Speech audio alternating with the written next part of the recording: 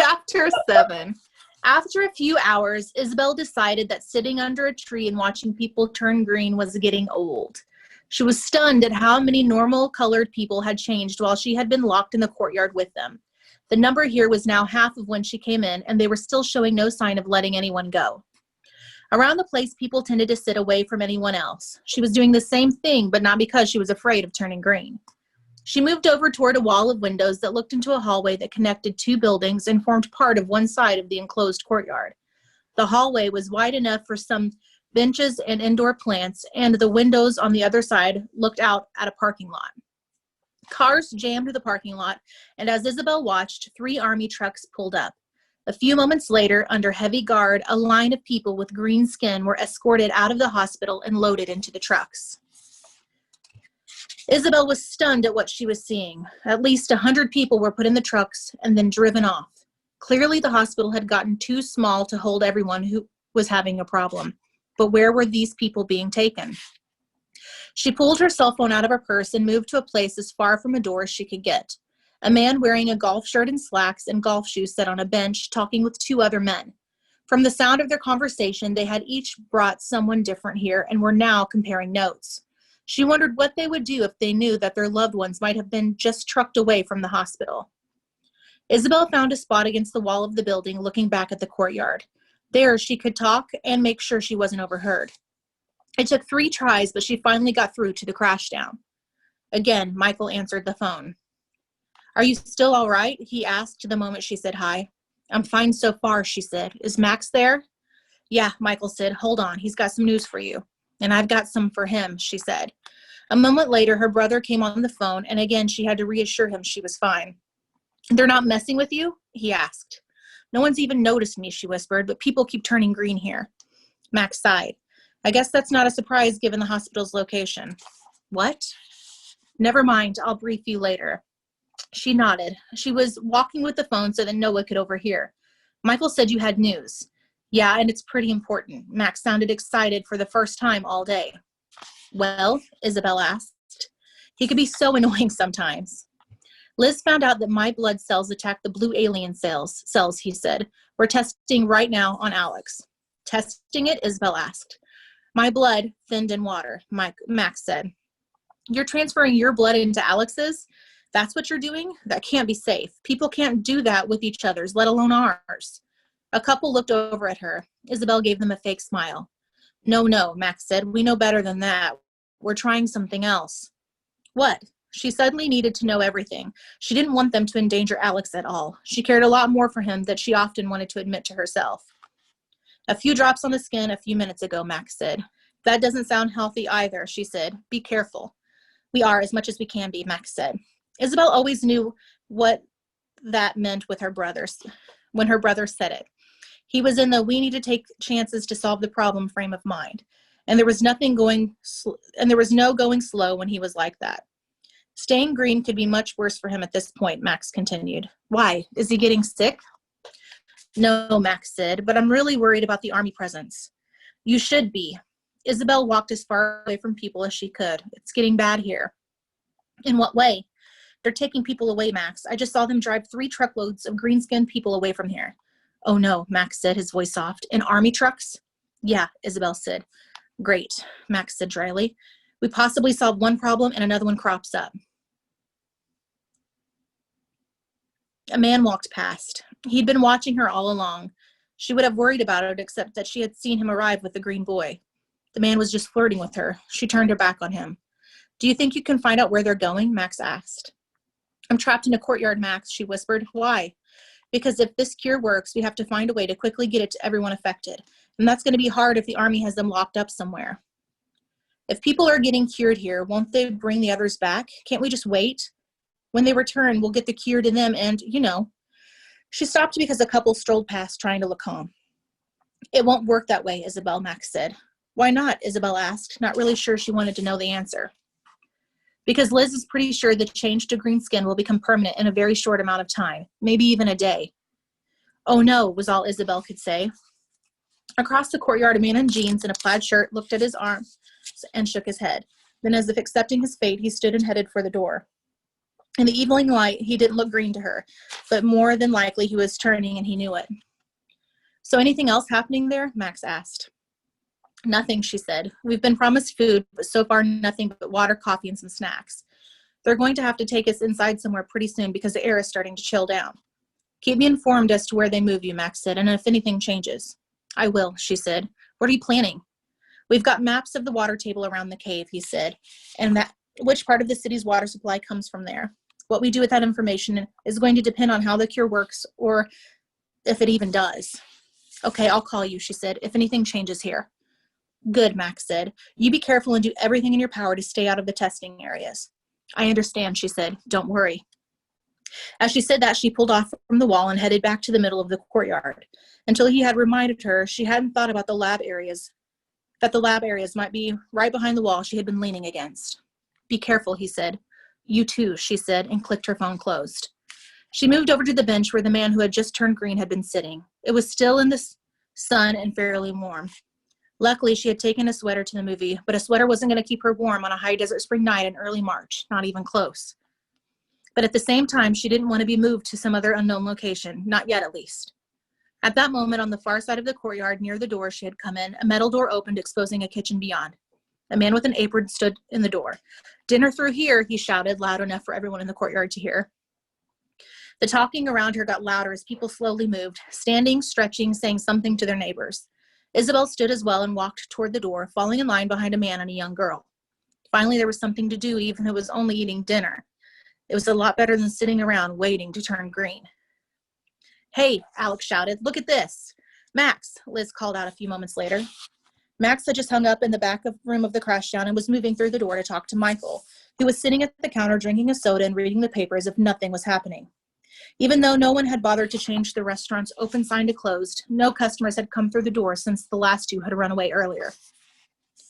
The shout from Alex and Liz now sent Max running up the stairs towards Liz's bedroom with Michael right behind him. You all right? He asked as he burst into her room. All right, Alex said, his green face beaming. You tell me. He held out the arm Liz had put the water drops on.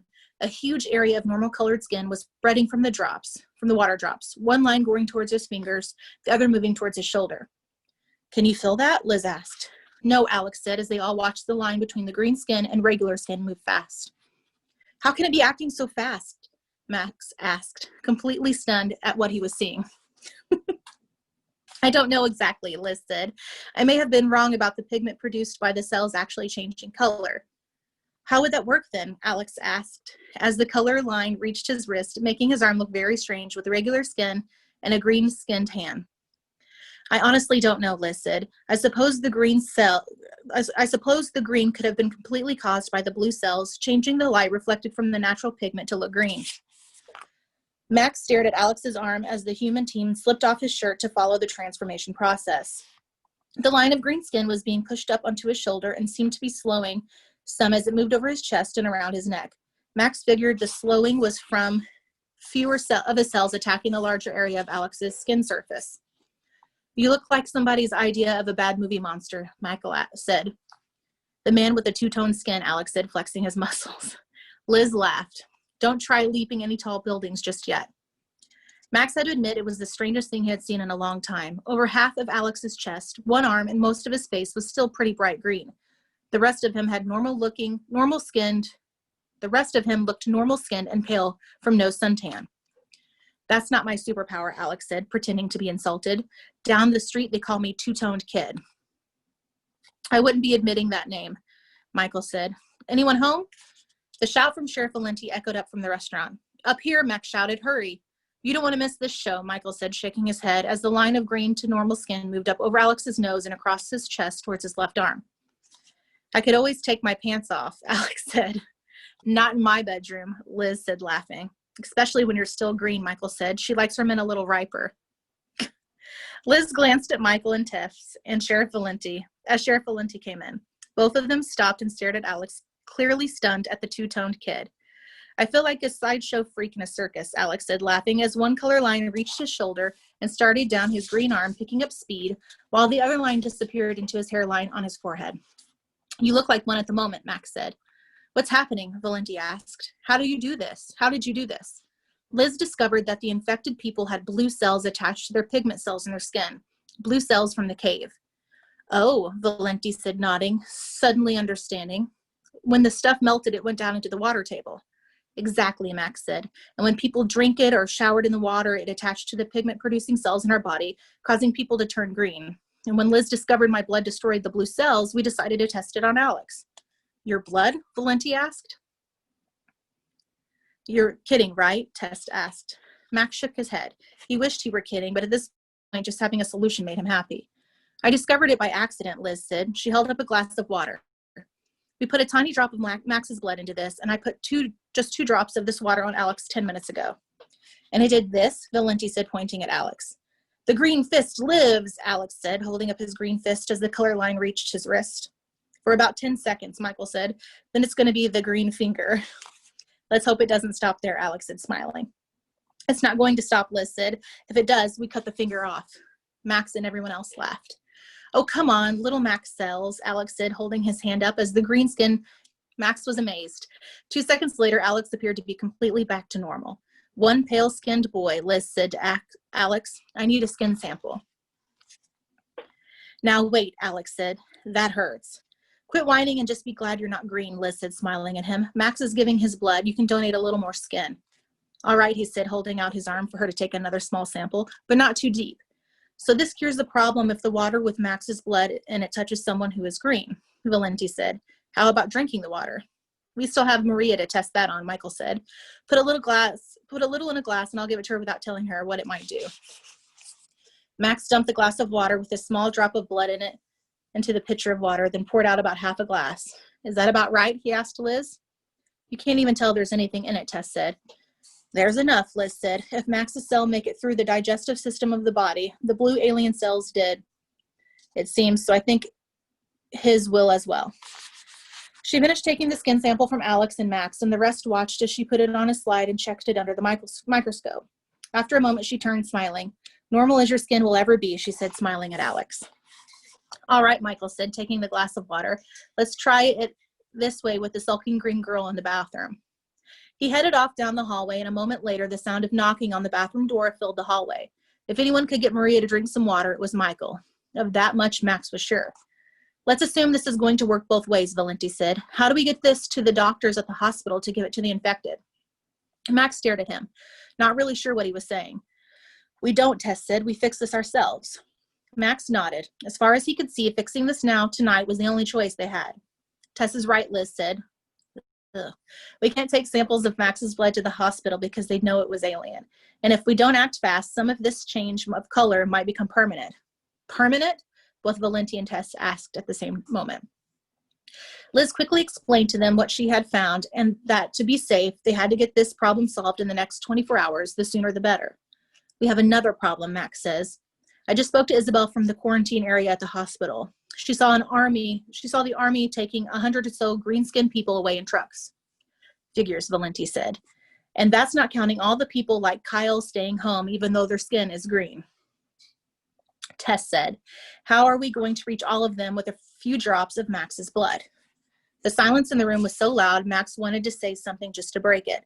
But there just wasn't an answer to Tess's question that he could figure out. But for the sake of a lot of people, he had to figure out something soon. Thank you, Michelle. We are on to chapter 8.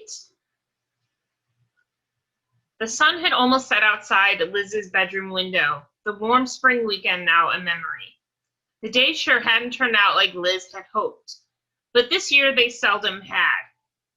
And tomorrow she had to be back in school. That was going to be hard at best, maybe even impossible. From all she knew, the health officials might even cancel school tomorrow if this green skin problem didn't get solved. If it didn't, Roswell, New Mexico was going to be famous very soon for a lot more than a flying saucer crash decades before. But right now, Liz was worried about something very important. She didn't quite know how to bring up the subject. Maybe jumping right in would be the right way. Okay, Liz said, looking around at Sheriff Valenti, Tess, Max, and the newly recovered Alex. I'm having some ethical problems with using Max's blood like this without doing some real testing on it. She took a deep breath and went on. I don't think Alex or Maria minds dealing with Max's blood, but I don't think we should expose a large number of people to another alien substance without taking some precautions first, no matter how good our intent and reasons are. She let out the breath and looked into Max's eyes. Clearly, he was agreeing with her. You say Max might have some sort of alien disease? Tess asked. I just think we're a lot better off being safe, Liz said, rather than sorry later, pardon the cliche. So what kind of precautions are you talking about? Valenti asked. The same kind the Red Cross would use when taking and distributing blood, Liz said. I want to do some basic tests at least. If my blood is reduced to plasma, will it have the same effect on the alien blue cells? Max asked. It might, Liz said, smiling at him. He was already thinking along the same line she was, but we'd have to make sure by finding a test subject. The high school has a machine in the lab that can reduce blood down to plasma, Max said, and enough equipment there in the lab to do some basic tests. Exactly, Liz said. I'm going to feel a lot better about trying this cure on a large number of people if we take some precautions first. Spreading blood around these days is just too dangerous, even when we know where the blood comes from. Tess nodded. I agree. So do I, Valenti said. Good thinking. Liz was very glad they all did agree. She wasn't sure why she thought they might not, but in this instance, taking the extra time to make sure Max's blood was as safe as possible might save a major problem later, something that none of them dared think about happening. Down the hall, the bathroom door opened and closed, and Michael came back into the bedroom. Well, Max asked. Michael held up the empty glass. Got her to drink it a couple of minutes ago, but she's not a happy person, I can tell you that, and no sign of change in skin color when I left. Why didn't you tell her what you were trying? Valenti asked. No point, Michael said. If it fails, we'll cure her the same way Liz did Alex. No point in making her more unhappy in the process. Would you be happy if your skin was green? Liz asked. I wasn't, Alex said, especially knowing it might be permanent. I'm an alien among humans, Michael said, holding Liz's gaze. If my only problem was having green skin, it would be a relief. Tess laughed. You got that right. Liz saw that Max was nodding as well. At times like this, she wondered how hard it really was to be one of the four of them. It was tough enough just being their friends. Besides, Valenti said, people with different colored skin live perfectly normal lives in this country. Liz didn't want to get into a racial discussion with the sheriff, so she said nothing, and clearly neither did any of the others. Yes, but how many people do you know who happen to be green? Michael asked. And if folks think the green is caused by a disease, that could be really bad, Tess said. I don't like it, Michael shook his head. Roswell has enough troubles without being the place where little green men originated. I think most people already consider it that, Liz said. Oh yeah, Michael said. That's why my life is so hard. So, Max said loudly, clearly trying to stop the sidetrack. If this works, and assuming we can use my blood plasma, how are we going to get it to the people who need it? We dumped some of the cure into the cave, Michael said. I assume your cells would attack the blue cells in the water as well as in human skin. We can test that, Liz said, thinking about how they just needed to find some contaminated water.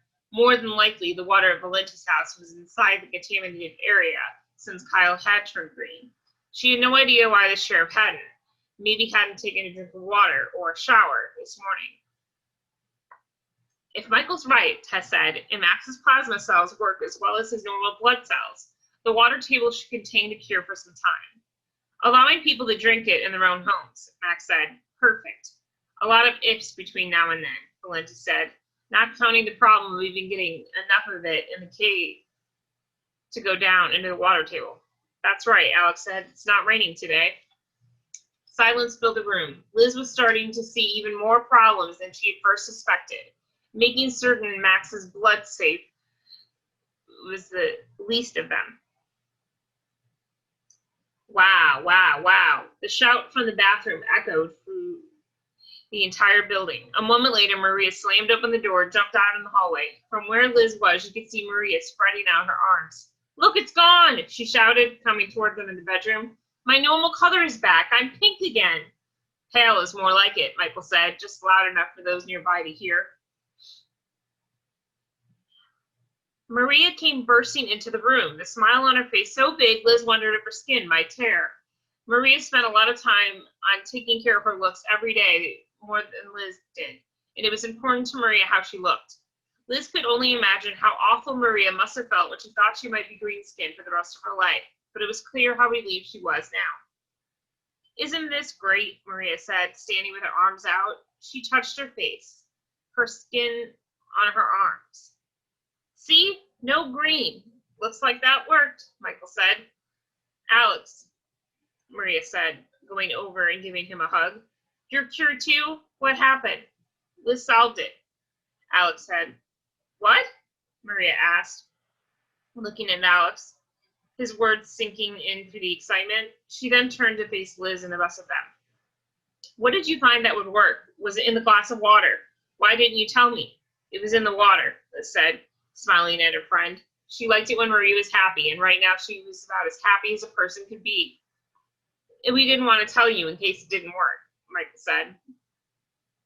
"We didn't want to get your hopes up and then dash them." Maria studied him for a moment. Liz held her breath. It seemed like everyone in the room was. They all knew this next moment could go either way. Maria could be angry that they withheld information from her, or she could be grateful that they didn't get her hopes up. Then she smiled again. "Thank you," she said, going over to Michael and kissing him hard on the lips. He let her, closing his eyes, and then he seemed to remember that the others were in the room. He pulled her back just enough to separate them. "You're welcome," he said. Maria turned around and grinned at Liz. "What did you find that would erase the green?" Liz felt uncomfortable telling Maria what they had done, but someone had to, so she just blurted it out. "Max's blood." "Max's blood what?" Maria asked. "Max's blood cured you," Liz said. "A tiny drop in that pitcher of water lets his cells fight and destroy the blue alien cells in your skin that were turning to green." "I drank Max's blood?" Maria asked, the smile fading a little on her face as she realized what Liz had told her. Liz nodded, just a very tiny amount, not enough to even color the water. "Now I'm really green," Maria said, trying to make herself look serious. Then she shouted, "Not," and everyone laughed. To Liz, it felt great that her best friend was back to normal. Then Maria's smile faded. "It's not going to come back, is it?" "What?" Liz asked. "The green," Maria said. "I'm not going to have to drink Max's blood for the rest of my life, am I?" "No, I don't think so," Liz said. "Oh, thank heavens," Maria said. "Yeah," Michael said. "The last thing I wanted was to be dating Vampirilla." Maria turned towards him, her eyes twinkling. "We're dating now?" "I didn't say that," Michael said. "If this is a date," Alex said dryly, "it's a mighty strange one." Liz smiled. She loved the feeling of joy in the room, but she knew they weren't done. "We still have some things to do," she said. "Yeah," Max said, "and I have a funny feeling that time is running out." Isabel's dinner was a decent-tasting piece of chicken, some canned corn, potatoes that were clearly flaked, and gravy that was so runny it flowed over everything else. Hospital food, in other words, thickened up to almost the level of school cafeteria fare. Almost. It took her a while to find the Tabasco sauce, though. Apparently, Tabasco wasn't standard fare in a hospital cafeteria. The kindly woman who had been sharing Isabel's table asked if the Tabasco improved the taste of the food. Isabel lied and said it didn't.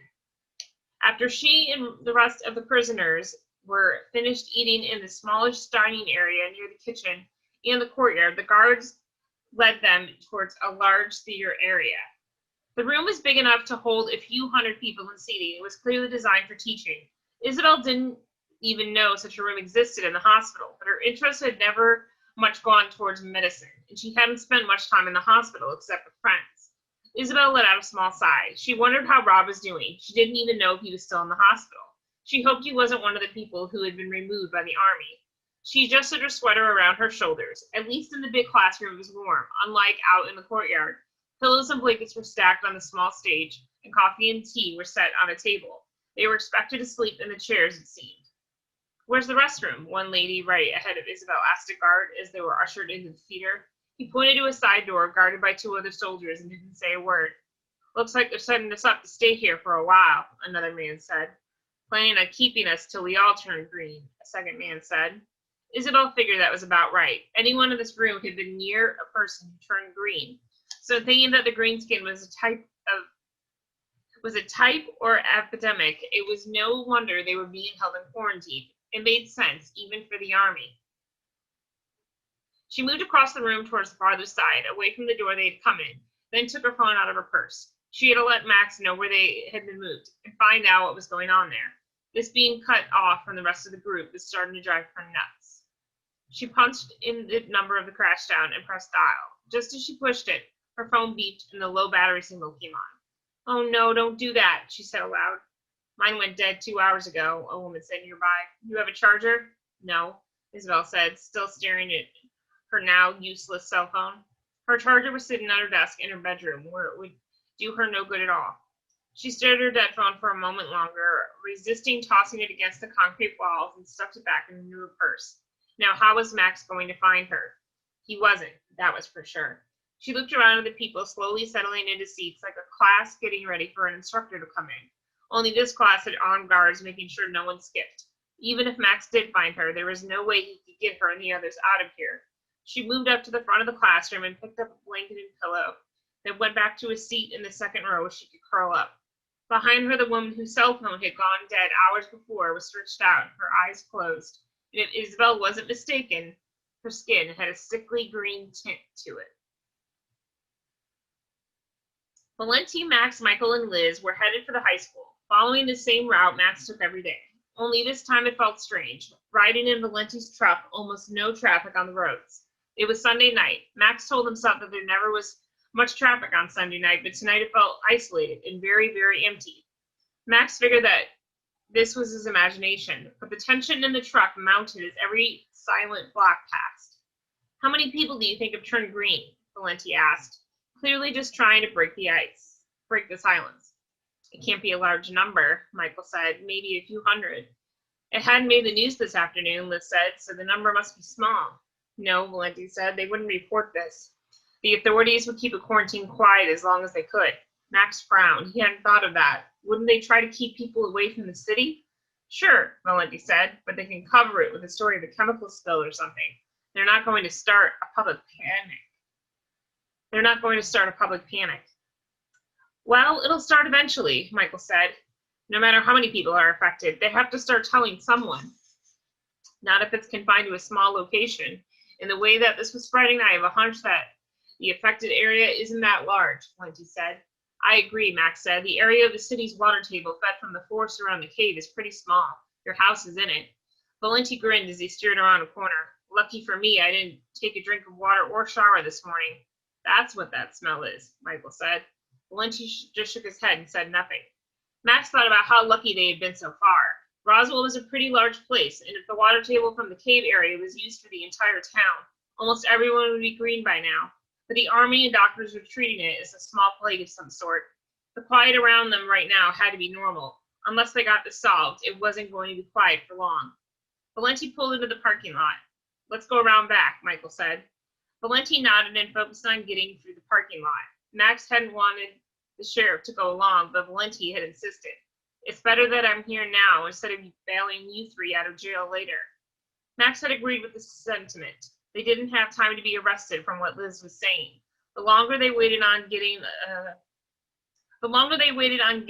some of his blood cells into people to fight the alien blue cells, the more chance there was of people remaining green-skinned for the rest of their lives, and more chance of the infected water spreading.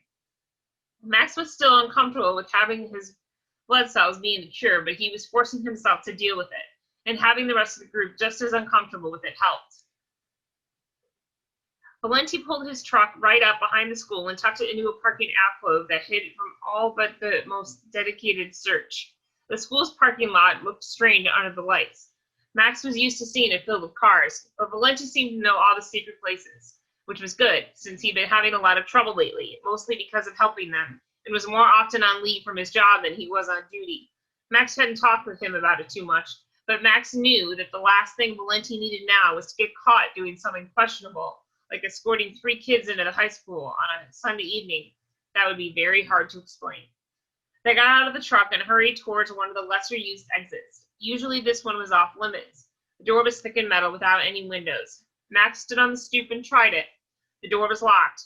Liz was spacing the parking lot, watching to see if anyone came by. Valenti was pressed against the building, as was Michael. "It's yours," Max said to Michael. Michael nodded. He unlocked the door easily, using his powers, and slipped inside. Max inclined his head towards Valenti, who followed Michael. Then Liz went in, and finally Max stepped through the door. He gave the parking lot one last look before easing the door shut. The high school's familiar chalk and old tennis shoe smell was instantly comforting. Then Max turned around and the feeling vanished. The empty halls felt almost haunted by echoes of all the voices from the students during the day. The place seemed smaller at night and dangerous. Michael unlocked the science room door just as easily as the outer door, and then the cabinet and storage closest containing the equipment Liz was going to need. The first thing she did was set Max up to give a pint of blood, making him lie down on the lab table. With Michael standing guard just outside the door and Valenti down the hallway towards the front door, the process of drawing Max's blood seemed to take forever. Neither Max or Liz spoke. There really wasn't much to say as far as he was concerned, and Liz was good and seemed to know what she was doing, or was at least pretending very well. After she had his blood, she took a few drops and ran a few tests while he lay on the lab table and held a piece of gauze to his arm. "What kind of tests are you running?" he asked. "A couple we learned in class," Liz said. He remembered those tests. He'd borrow some of Liz's blood so that he could conduct his. "You think I have hepatitis?" "Don't worry," she said. "I'd be shocked if you do. After all, you don't seem to get sick. I just want to be cautious." "We don't have a lot of time, Liz." "I know," she sighed. "It doesn't matter anyway. Your blood is so different from ours that I can't even type it." "Think the plasma will separate out?" Liz nodded. "The blood looks similar to humans. It's just different in the details." "You guys going to be done soon?" Michael asked, sticking his head in the door. "Soon," Liz said, brushing Michael away with her hand. He snorted and went back out into the hallway. "Good news," she said, after about 5 minutes of very intense, very long silence. "You're healthy as far as I can tell." She put the container holding his blood in a machine and clicked it on. The whirring sounded incredibly loud. "This will separate your red blood cells from your blood plasma," Liz said. "It's the cells in the plasma that will fight the blue cells causing this." "You're sure?" Max asked, sitting up and putting the piece of gauze he'd been holding against his arm in his pocket. "Pretty sure," Liz said. "We'll need to test it on someone to make sure." "Kyle," Max said. "Sounds logical to me," Liz agreed. "Done," she said after a few more minutes of them both standing and watching the machine in silence. Max helped her put back the equipment and lock up the closet and cabinet. Then, with a quick check to make sure everything was back in place as it had been when they came in, they headed for the sheriff's truck. Max could feel the tension among them ease as Valenti headed down the road and away from high school. It was as if they could all breathe again. "Let's go to your house," Max said to Valenti. "We'll test the plasma on Kyle so he can help us with the next stage of what's going to happen." "Kyle's not happy right now," Valenti said. "He's not going to be excited to see you."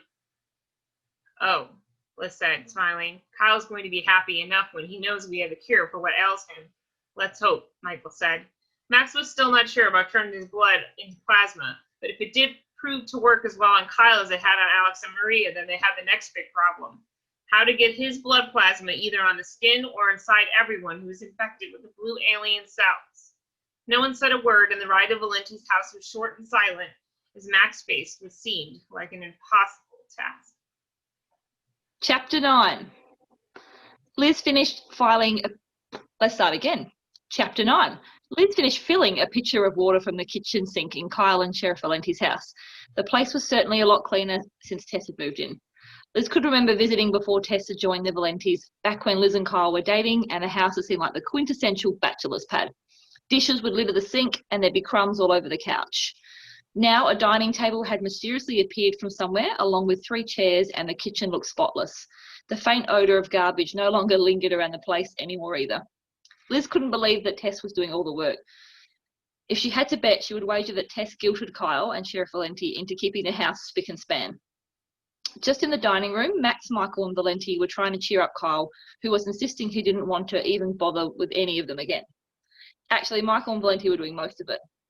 Liz knew that after what had happened in the fall, or what Max thought had happened in the fall between her and Kyle, Max had not been comfortable around Kyle. Max had never said anything after his first questions, but his feelings were clear and on the surface. "I'm tired of getting mixed up in your alien problems," Kyle said, his voice raising in anger. "Go do your lab tests on someone else." "Can't say I blame you," Michael said, "but right now, your skin is your problem, and Liz thinks she can fix it. Do you like being as green as an avocado?" Liz carried the pitcher back into the dining room. "I can fix it, Kyle. We got Alex and Maria back to normal. It should only take a few minutes." Then she realized that Valenti, Michael and Max were all staring at what she had in her hand. "What?" she asked, then looked at the pitcher. It was full of a rich blue water. It had been clear, she was certain, coming out of the tap. That's your cure, Kyle said.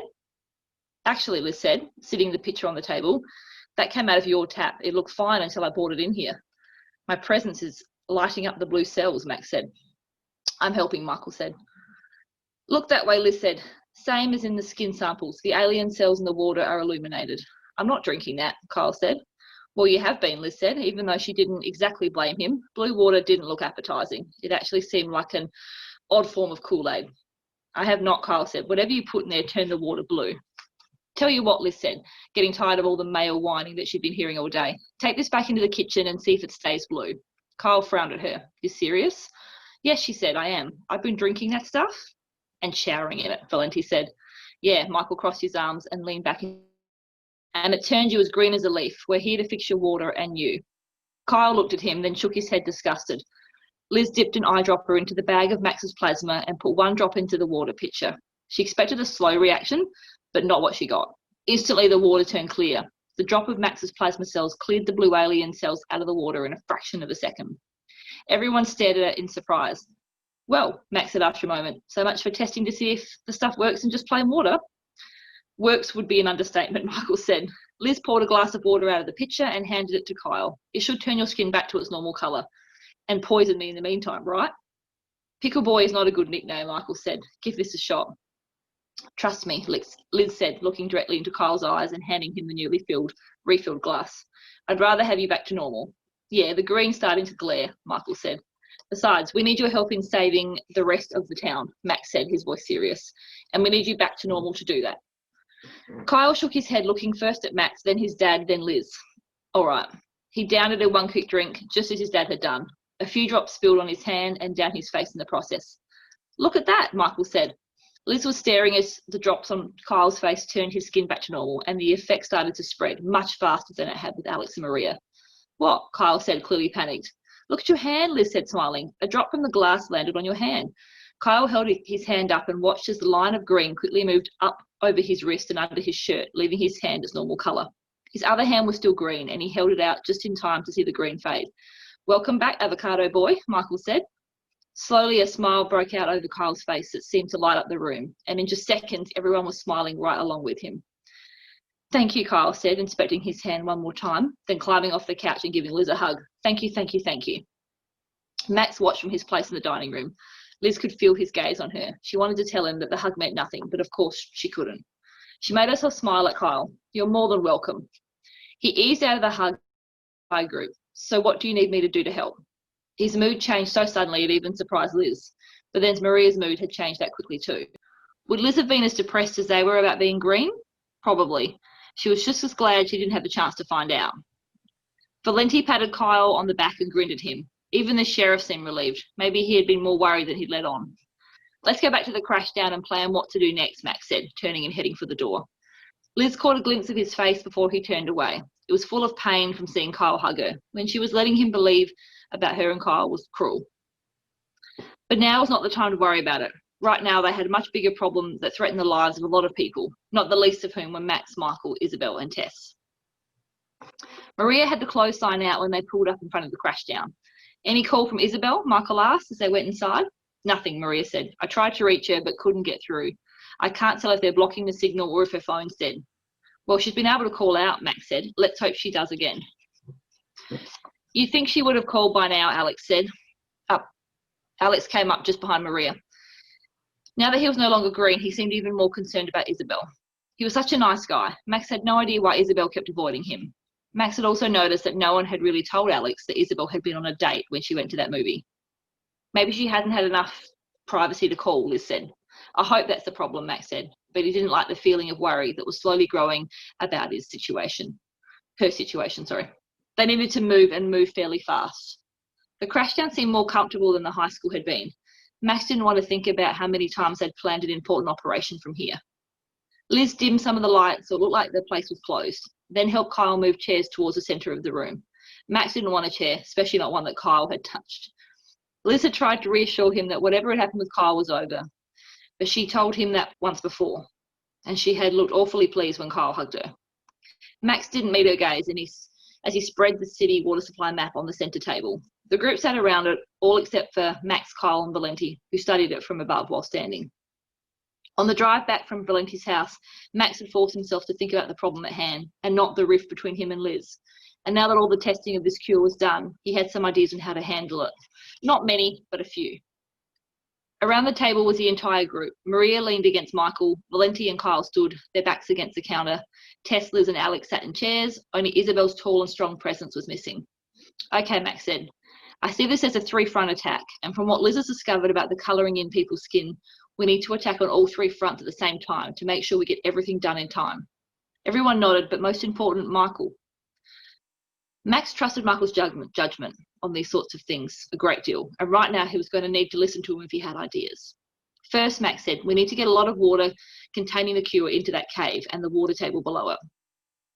After what came out of your faucet, Kyle said, I completely agree with that. What came out, Maria said. Blue water, Kyle said, full of the melted alien cells from the cave. Yuck, Maria said. We drank that stuff? Kyle grimaced, I know. Anyone have any ideas, Max asked, on how to go about getting the cure down into the water table? The city had a large water truck, Valenti said, used for hauling water for construction and cleaning streets. You dump an entire load from that down into the cave and it's going to reach the water table. Max nodded. That was a great idea. He turned to Liz. Do we have enough to treat an entire water truck? More than enough, Liz said. I think a quarter of what we have for a full truck would do the job. So why not make sure and do 2 truckloads, Michael asked. We have enough, right? Liz nodded. That we do. It's a safer bet, Valenti said. I agree, Max said. Good. Our second front of attack is getting the cure to people in the hospital. And while we're at it, we'll get Isabel out of there. That's going to be difficult, if not impossible, Valenti said. The army set up a wide perimeter around the hospital and has armed men everywhere. The city police and the sheriff's department are helping patrol. Max nodded. Any ideas? People have to go to work there, Maria said. I bet they're letting in medical staff. Max smiled at her. When Maria was calm, she was a real asset to the group. You're right. We need to check that out to make sure, but I think you might have something. So what about the group that was taken by the army, Valenti asked. We don't even know where they are. That's true, Max said, and finding their location has to be our first priority. Let's head out 2 at a time and see what information we can find. There are only a few dozen places off the base large enough for them to be held in, and we've already checked the high school. For the next 5 minutes, they decided who would check which area out of town, what to look for, and what to do if they found it.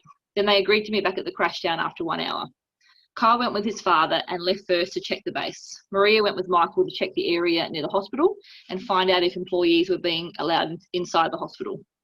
Liz and Alex went together to check some warehouses and a theatre. That left Tess with Max. Part of Max wondered if he'd put the groupings together in spite, let Liz deal with him and Tess together, or maybe he was just trying to make her jealous.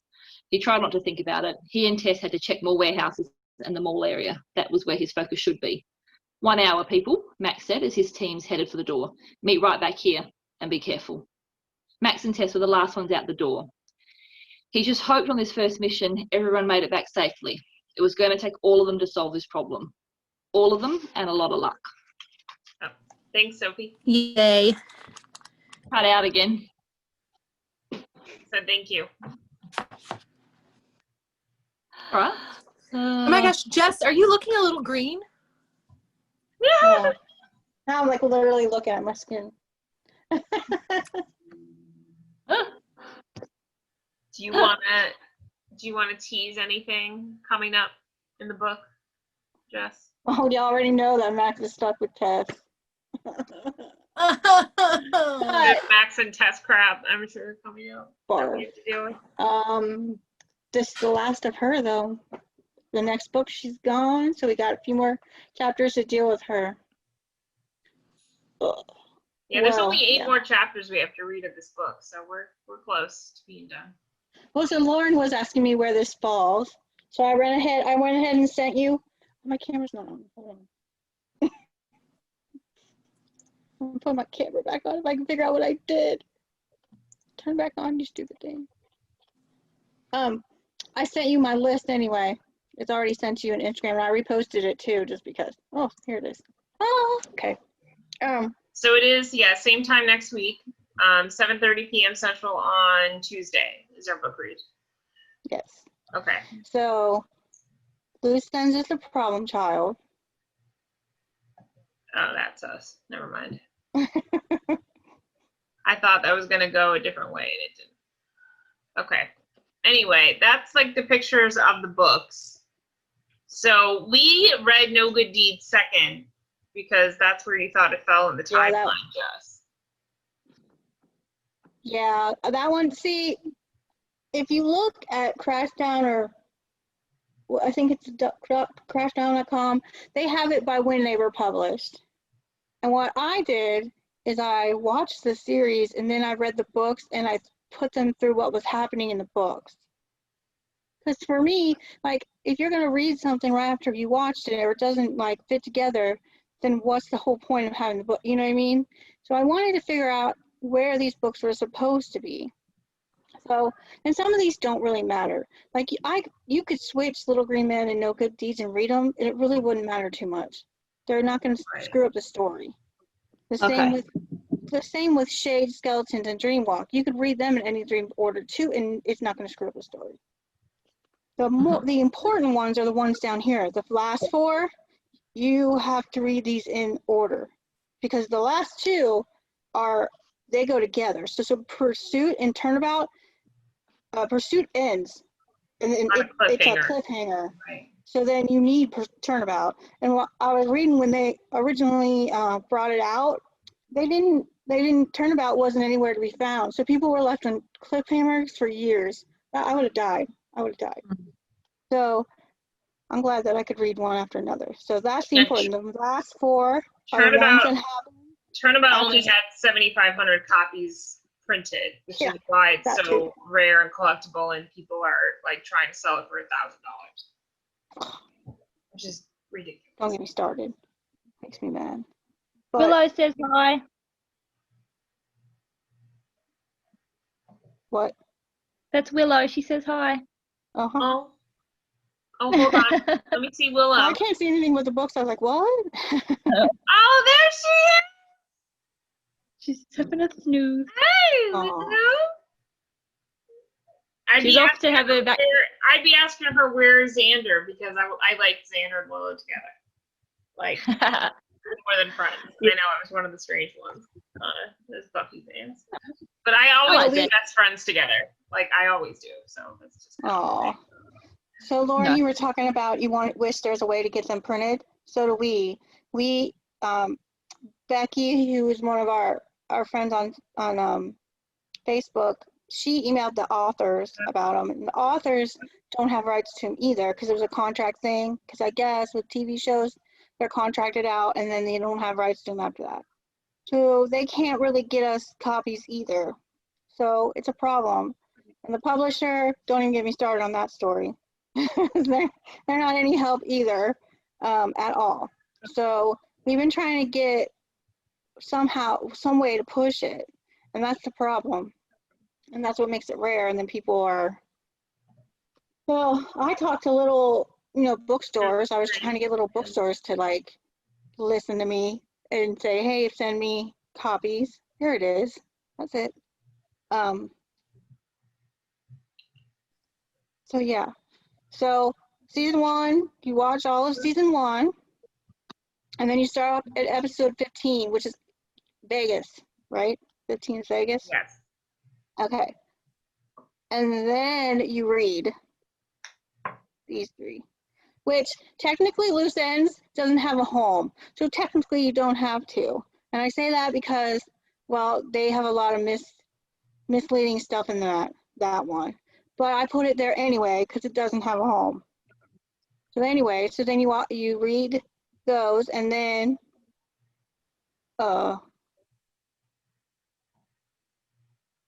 yeah, this is the wrong one. So then you read Shades, Dreamwalk, and Skeletons, and then you stop and you watch season 3, episode 1, and then you stop and read Quarantine. That's what I fixed, because the first chapter in Quarantine, they talk about how Max had that premonition on that scene where he takes his shirt off, the best part. And so that's in that book, so it has to happen after that. I have to watch it first. So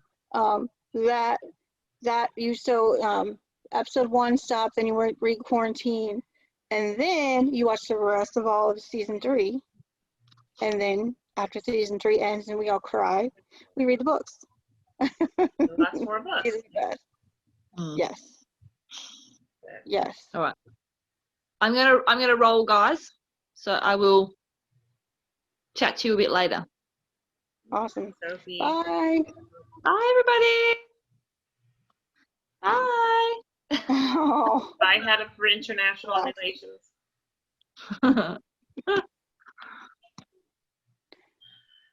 So yeah, I need to send you my new copy. I'll send that to you. I kept changing it because then I'd read it or we'd talk about it. I'd talk about it with somebody. I'm like, you're right. I didn't see that. I gotta change it again. So I kept.